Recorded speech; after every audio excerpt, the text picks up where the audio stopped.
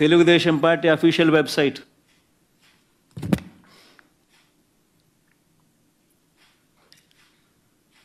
రెండు సంవత్సరాల కిందట ఎప్పుడో కార్ టైర్ బర్స్ట్ అవుతే మా అమ్మది అది ఈ రోజు కొత్తగా జరిగినట్టుగా తీసుకొని వచ్చి తెలుగుదేశం అఫీషియల్ వెబ్సైట్లో ఇది పెట్టి తల్లిని చంపడానికి అమ్మని చంపడానికి జగన్ ప్రయత్నం చేసినాడని చెప్పి సిగ్గు లేకుండా రాస్తారు. నేను అడుగుతా ఉన్నా, మరి ఇది ఫేక్ న్యూస్ కదా? విజయమే వచ్చి స్టేట్మెంట్ ఇచ్చింది కదా.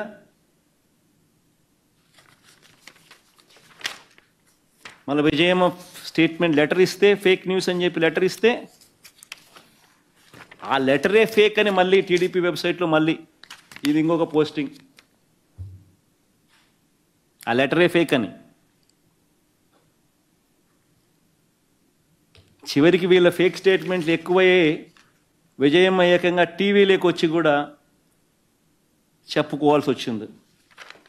మరి నేను అడుగుతా ఉన్నా, మరి తెలుగుదేశం పార్టీ ఇంత దారుణమైన ఫేక్ న్యూస్లు పబ్లిష్ చేస్తూ ఉంటే మరి ఎందుకు అరెస్ట్ చేయడం లేదు తెలుగుదేశం పార్టీ చంద్రబాబు నాయుడు గారిని? ఇదే డీజీపీని అడుగుతా ఉన్నా. అఫీషియల్ తెలుగుదేశం పార్టీ వెబ్సైట్లో పెడతా ఉన్నారు, ఎందుకు లోకేష్ని అరెస్ట్ చేయడం లేదని అడుగుతా ఉన్నా.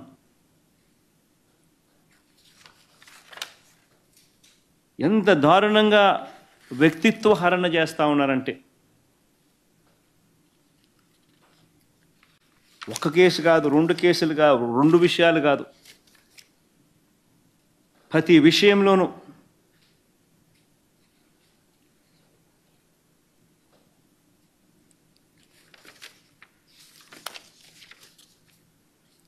ఈరోజు రాస్తాడు.